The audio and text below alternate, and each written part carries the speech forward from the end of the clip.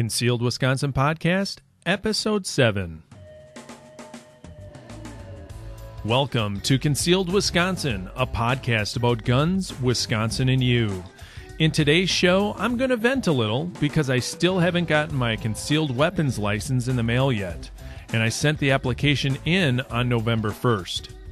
Next, there's a couple of things in the news that I'd like to cover and bring to your attention. Then I'll close the program with some thoughts from this month's NRA magazine, America's First Freedom. Greetings from a bunker hidden someplace inside of Wisconsin. My name is Andy, and I'm the host of Concealed Wisconsin, and I want to thank you for tuning in to today's show. First, let me say, I hope you know how much of an honor it is to have so many people listening to the show, and I'd be doubly honored if you'd share Concealed Wisconsin with someone today. Doing so will get the word out about a great resource, and it's really easy. Just copy and paste the episode's URL into your Twitter or Facebook feed and encourage other people to listen. If you haven't liked Concealed Wisconsin on Facebook, please take a moment to do so today. We are just shy of 450 followers on Facebook, and your participation in the conversation we're having would make a huge difference. Now, as I said earlier, I still haven't received my concealed carry license from the Department of Justice. Now, honestly, I didn't expect it to come until December anyways, but since so many people have been talking about it online and sharing their mail-in dates and their license numbers, I guess I'm starting to get just a little bit jealous. It's now November 26th today, and my check cleared back on the 14th. Yet I have nothing in hand to permit me to carry legally in Wisconsin, although I am able to carry in many, many other states, just not in my own home state of Wisconsin. Now, I do have confidence that the United States Postal Service has not lost my license, but I have to admit that I feel a little bit like a kid waiting for the decoder ring that I ordered back from the back of the cereal box. But enough said about that. I'll post an update on Facebook when and if I receive my license in the mail.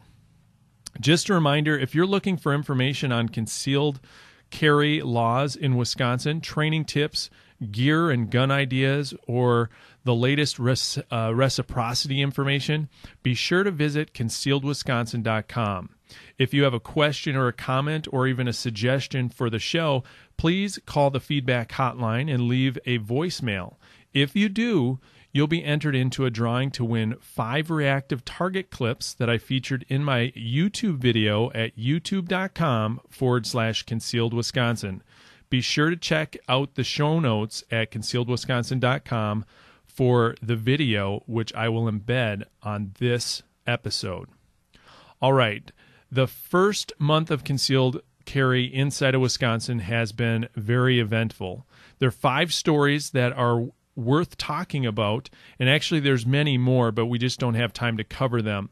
They emphasize the importance of planning and training before you decide to carry, and I want to talk about 5 of them right now. The first story was the off-duty officer who experienced a negligent discharge in Greendale, Wisconsin, Southridge Mall, just one day after concealed carry went into effect. So November 2nd, 2011, the police confirmed Wednesday night that a gunshot was fired inside Southridge Mall, but that no one was hurt. A police supervisor said the gun belonged to an off-duty police officer from a different department. They said that the officer reached into his pocket to get some money. His gun fell out of his pocket and the weapon discharged. Investigators said the bullet struck the floor, and Greendale police did not issue any citations, but said the officer's department had been notified and they will decide if the officer violated any department policy. Now, I have to say, I'm curious what will become of this officer and if he will receive any more training or disciplinary actions. It appears that he was carrying a loaded firearm without a holster, which of course left the trigger exposed to negligent discharge. Luckily, no one was hurt or killed in this incident, but it should be a wake-up call for all of us to remember to secure our weapons and always have a quality holster that is meant for our gun with no exceptions. Now, oddly enough, this officer was not issued a citation, and I guess if I had a negligent discharge, I would hope that I would not be issued a citation because it was out of negligence or an accidental discharge. But the reality is that the potential for me as a citizen to receive a citation, if not be arrested and hauled down to jail, are much greater, apparently, than it is for a fellow officer. Now, this is still being played out in the department and in the internal investigation, and so we can't comment much more on that until we hear more about it. But it is just a wake-up call to remember to secure those weapons and make sure that we have control over them at all times. Now, story number 2 is actually a tragic follow-up to story number 1. It's not inside of Wisconsin. It's in Spotsylvania County, Virginia. And it's a man, a father, accidentally shot and killed himself at the grocery store Sunday evening, according to the Spotsylvania County Sheriff's Office. The father, a 45-year-old Spotsylvania man, was in his minivan with his children waiting for his wife to return a DVD to the red box outside the Giant food store in Harrison Crossing when he was shot. Now, the wife said she heard a pop and ran back to the minivan. Her husband told her that he thought he shot himself.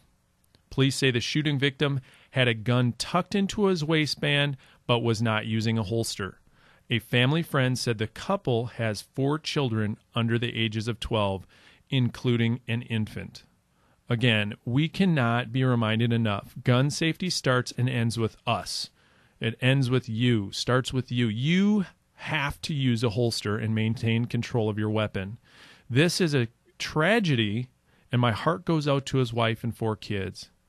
But the reality is that this could have been prevented, and you can prevent your own tragedy by following the simple rules of using a holster. All right, story number 3. The media misrepresented the removal of the 4-hour training requirements, stating that no training was required, which is false. Training is still required in order to get a license to carry a firearm concealed inside of Wisconsin. However, the Joint Committee for Review of Administrative Rules suspended several provisions included in the Emergency Rule 1114, including the length of hours of the firearm safety training course, the city and state in which the applicants completed the firearm safety or training course, the contact information of the person who provided the course, and a signed statement by the instructor. All of those have been taken out of the rule. So yes, training is still required, but you don't have to track down your instructor, get him to sign, him or her to sign anything stating that you took the course and that it was at least 4 hours long. You just need to provide a copy of your hunter safety training or a copy of the training certificate for your certified course. But please don't send in an application without any training requirements or it will be denied.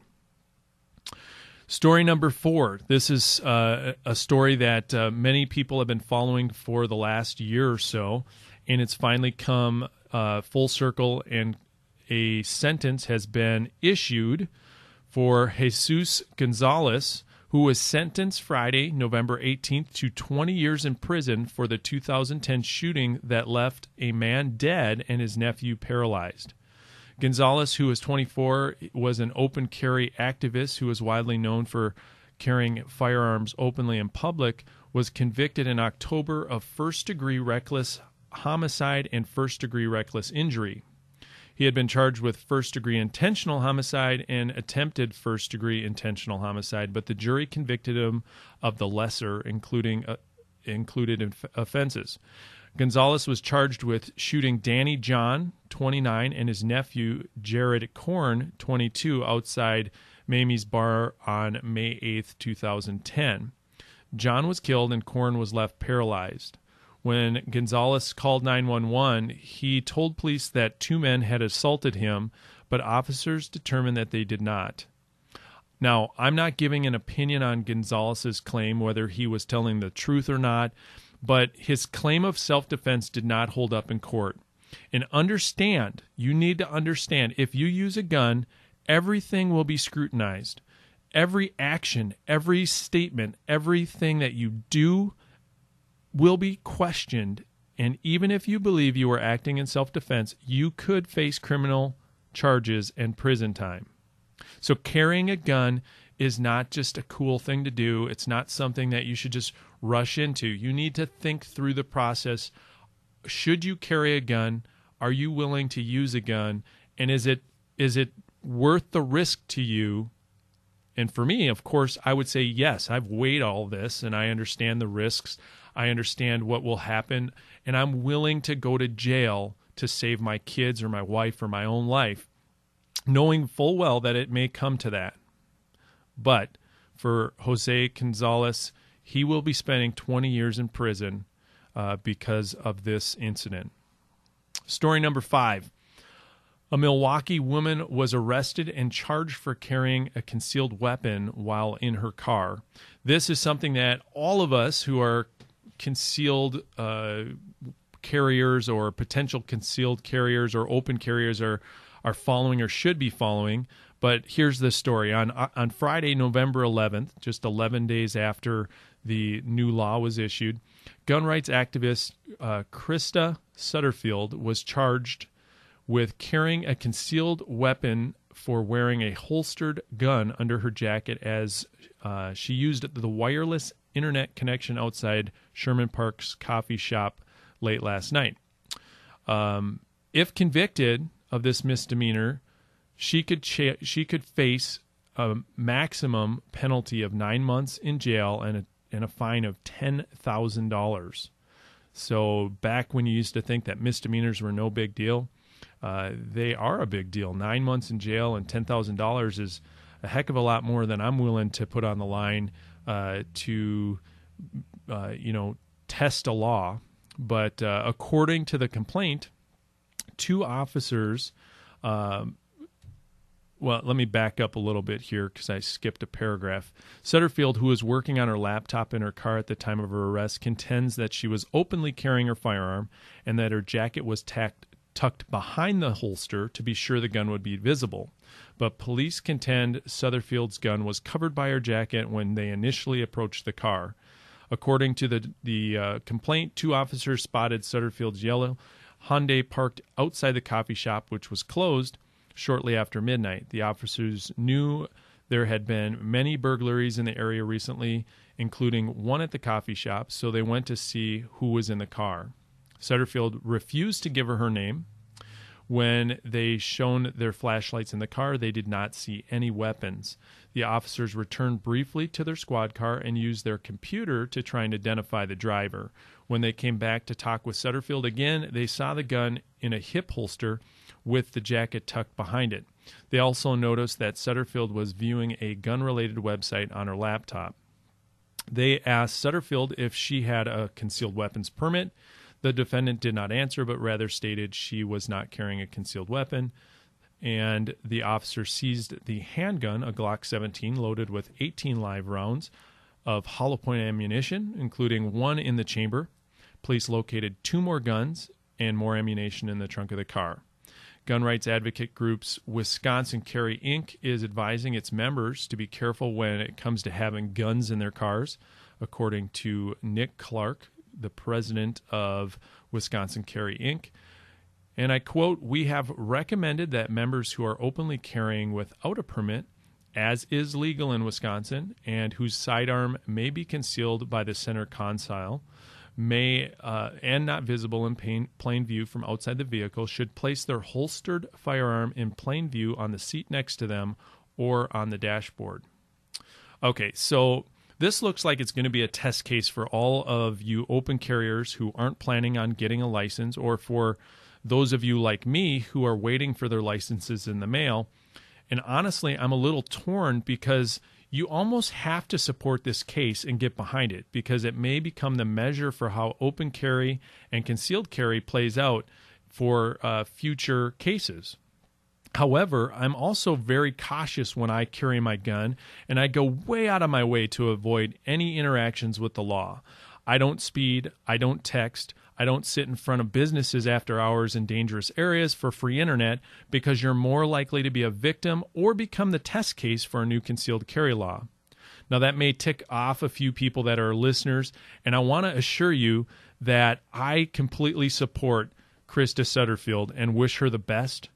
But from my perspective, I encourage my listeners to avoid unnecessary interactions with law enforcement, just like you should avoid walking alone down an alley versus taking a populated, well-lit path just to save a few minutes.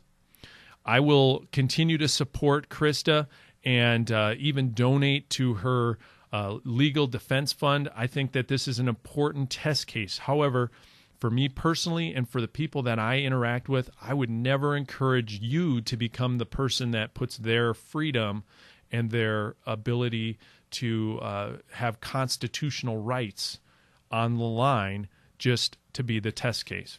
And she said very clearly, I did not want to be the test case. She sticks to her story that she was open carrying, and I completely believe her. I think that there's more to this story.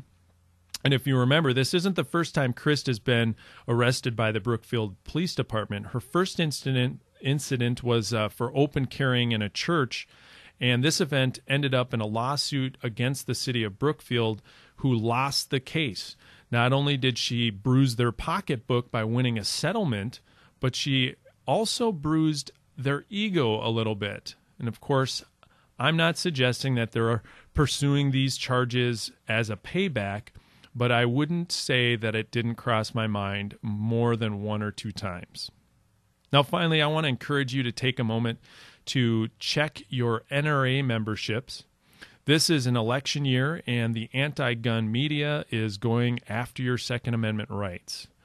I've been reading my America's First Freedom magazine from the NRA this month, and I have to stress that our rights are under attack. Wisconsin just became a concealed carry state in November 1st, but believe me, President Obama would love to take that away as quickly as we got it.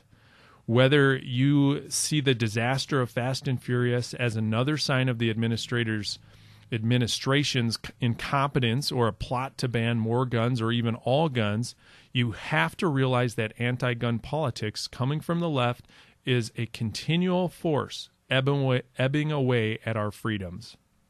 Mayors like New York's Bloomberg and governors like California's Jerry Brown, who just signed a measure that bans the open carry of handguns in California, seek to assault the Second Amendment rights of the citizens of the United States even further.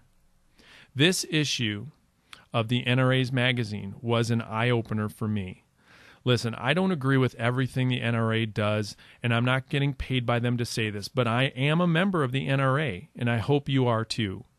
Without them fighting for us, we would have no voices loud enough for politicians to hear us. Friends, if we are less than 1 year from a presidential election. Our own governor is getting recalled, the one who signed the bill for concealed carry.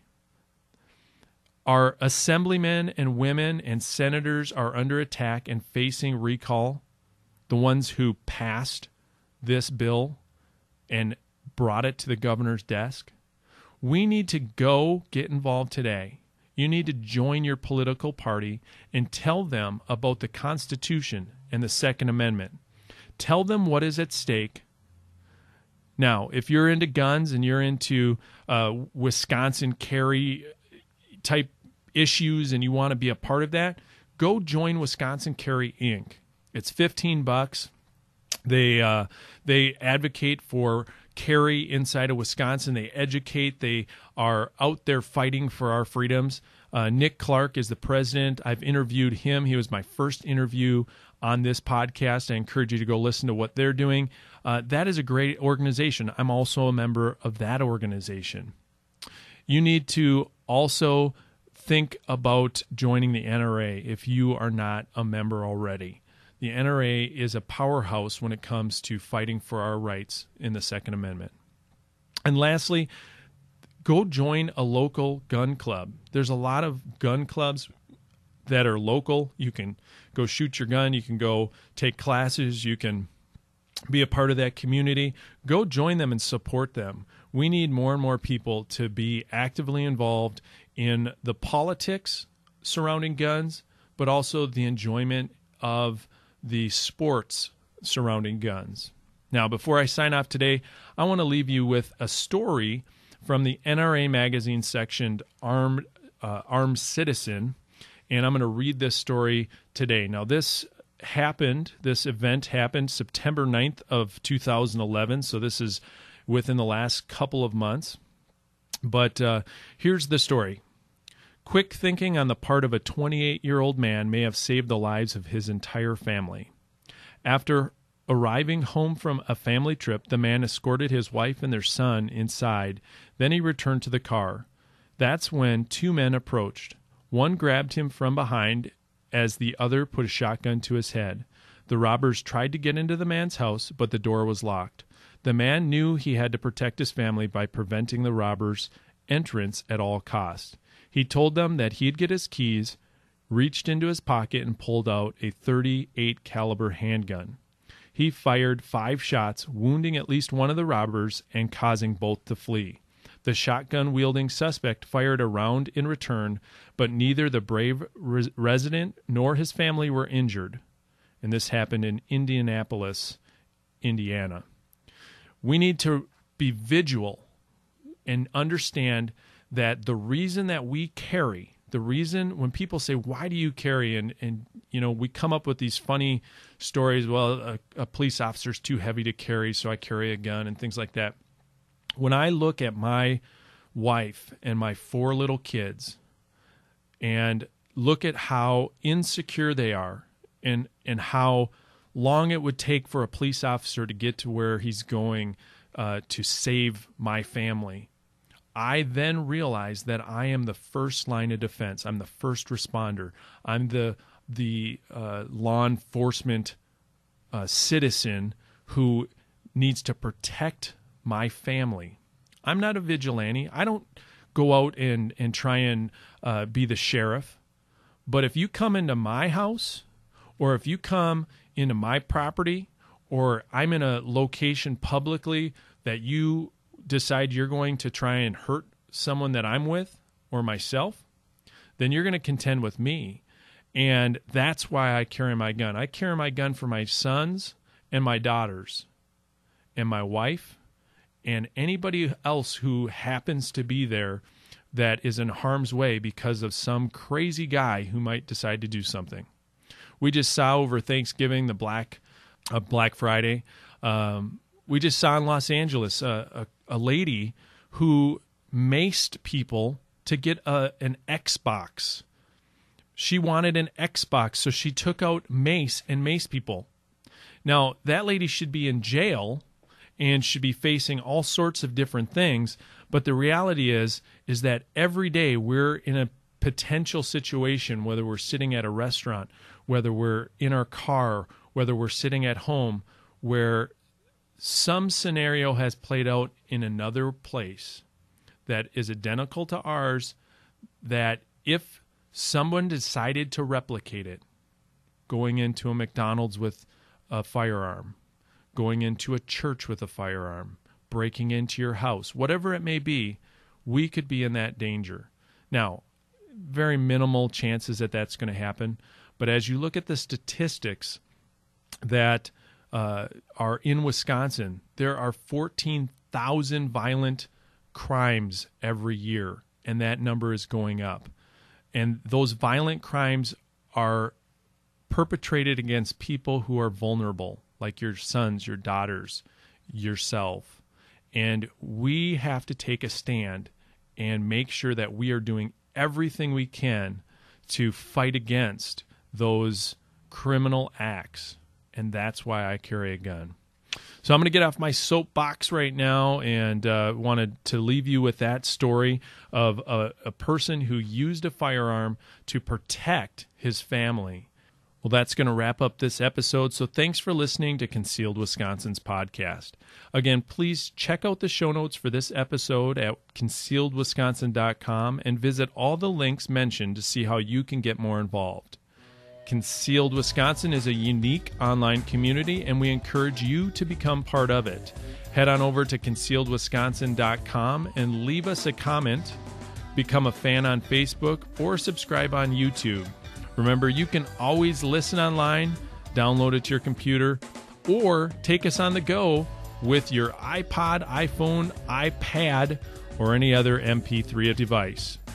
Check out all the links at concealedwisconsin.com. Thanks for listening. Now get out there and carry on.